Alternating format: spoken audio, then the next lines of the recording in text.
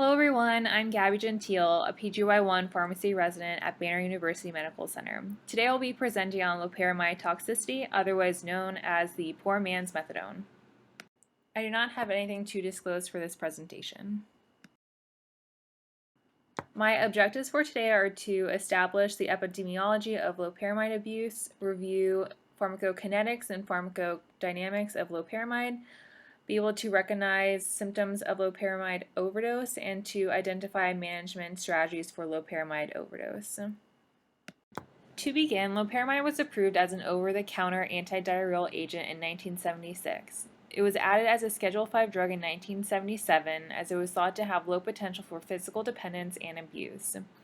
It became available as an OTC agent since 1988, and since this status as an OTC agent, there have been increasing reports of high-dose ingestion for euphoric effects or alleviation of opioid withdrawal. To put this into perspective, about 54 cases of significant loperamide toxicity have been reported from 1985 to 2016.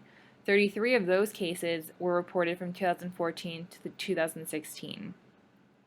And over 179 cases have been reported for misuse of loperamide. Loperamide works by stimulating the mu-opioid receptors in the small intestine, thus slowing intestinal transit time. It also has anti-secretory properties, and it also blocks intestinal calcium channels.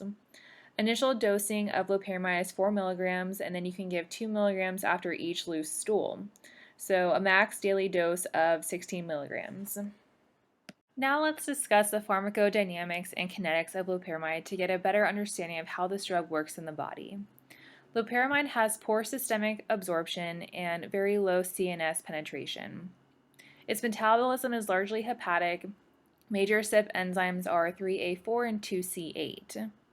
Its half-life is generally 11 hours, but can be significantly delayed as much as 24 to 36 hours in an overdose. Time to peak will be less in a liquid suspension, so about 2.5 hours, while a capsule will see a time to peak of about 5 hours. And loperamide is excreted in the feces. Loperamide is also significantly affected by P-glycoprotein, or PGP.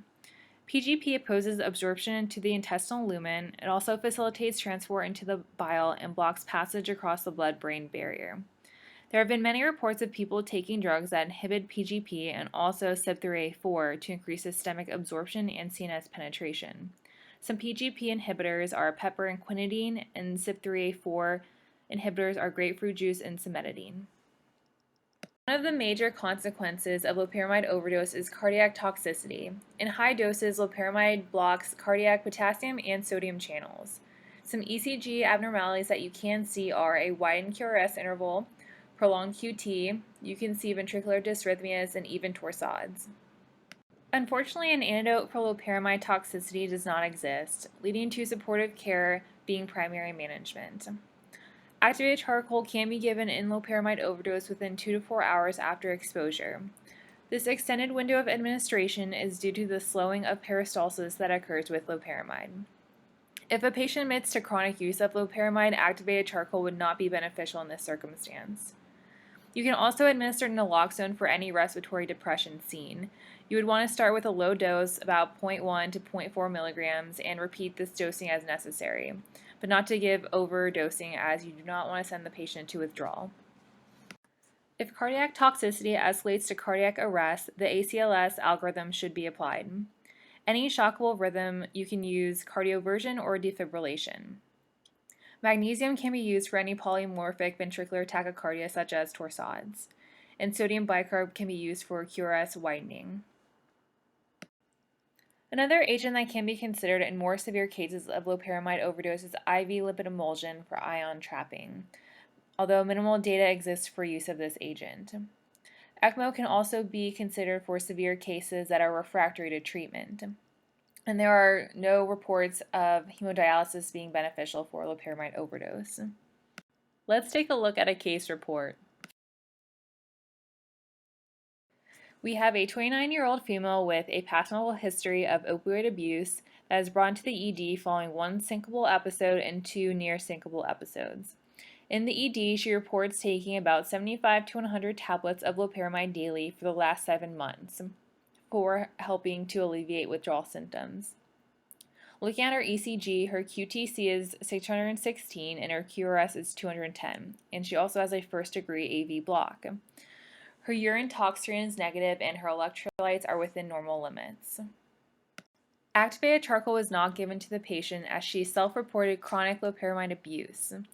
The patient was transferred to a cardiac floor and monitored with telemetry. The next morning, she had experienced VTAC with spontaneous recovery. Her QTC was 680 and her QRS was 120. She was given a total of 6 grams of MAG and was transferred to the CCU for additional monitoring. Shortly after arrival into the CCU, she became unresponsive with polymorphic VTAC followed by ventricular fibrillation. She received CPR and defibrillation, and then she had ROSC and was awake and alert. She continued to receive magnesium and potassium each day, and her QTC and QRS progressively shortened. She ultimately was discharged after 7 days in the hospital. In summary, loperamide is increasingly used as a legal and inexpensive method for opioid abuse and self-management of opioid withdrawal. At high doses, loperamide blocks cardiac sodium and potassium channels, leading to prolonged QRS and QT intervals. Management of loperamide toxicity is largely supportive care, supplemented by decontamination and elimination. Thank you for listening. Have a great day.